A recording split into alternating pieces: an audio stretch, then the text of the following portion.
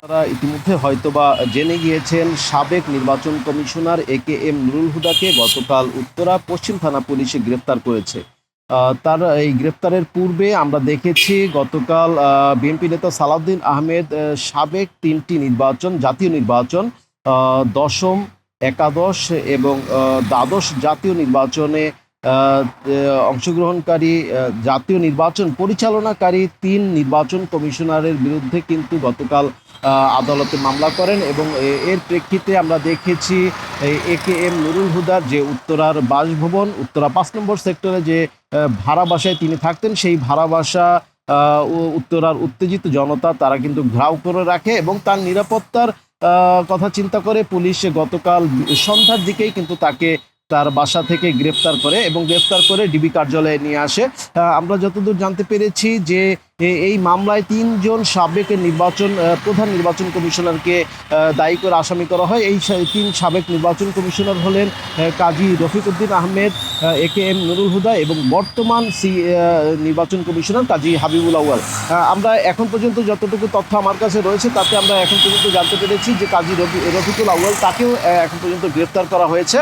কিন্তু এই যে AKM নুরুল হুদা তাকে গতকাল রাতে গ্রেপ্তার করার পরে কিন্তু এই ডিবি কার্যালয়ে নিয়ে আসা হয়। রাত 8টার দিকে তাকে ডিবি কার্যালয়ে আনা হয়। এখন পর্যন্ত তিনি সেই ডিবি কার্যালয়ে রয়েছেন বলে আমাদের কাছে তথ্য রয়েছে এবং আমরা যতদূর জানি যে আজ দুপুর নাগাদ হয়তোবা দুপুর 1:30 থেকে 2টা এর মধ্যে হয়তোবা তাকে আদালতে তোলা হতে পারে, এমন তথ্য কিন্তু আমাদের কাছে রয়েছে। তো গতকাল উত্তরার বাসায় কিন্তু তাকে যখন উত্তেজিত জনতা গ্রেফতার করে বা আটক করে রাখে তখন কিন্তু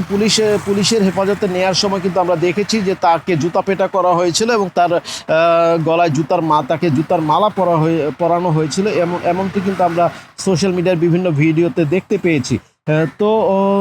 আজ যতদূর জানি যে এখন পর্যন্ত ডিবি কার্যালয়ে তিনি পুলিশের হেফাজতে রয়েছেন এবং সেখান থেকে তাকে আজ দুপুর নাগাদ হয়তোবা তাকে আদালতে তোলা হবে, এমন তথ্য রয়েছে। এর মধ্যে আমরা কিন্তু ঢাকা মেট্রোপলিটন পুলিশের বরাত দিয়ে ঢাকা মেট্রোপলিটন পুলিশের উত্তরা বিভাগের ডিসি মইনুল ইসলাম তিনি কিন্তু জানিয়েছেন যে তাকে পুলিশের হেফাজতে নেয়ার পিছনে উত্তেজিত জনতা যে তার বাসায় ঘেরাও করে রেখেছিল সেখানে কিন্তু তার নিরাপত্তার কথা ভেবেই কিন্তু গতকালকে তাকে গ্রেপ্তার করা হয়েছিল এবং আমরা তার বিরুদ্ধে যে অভিযোগটি রয়েছে সেই অভিযোগটি যদি আপনাদেরকে একটু জানাই, সেটি হচ্ছে যে গত আওয়ামী শাসনামলে 3টি জাতীয় সংসদ নির্বাচন হয়েছিল এবং সেই জাতীয় সংসদ নির্বাচনে AKM নুরুল হুদা প্রধান নির্বাচন কমিশনার এবং তার সাথে আরও 2 জন যে প্রধান নির্বাচন কমিশনার রয়েছেন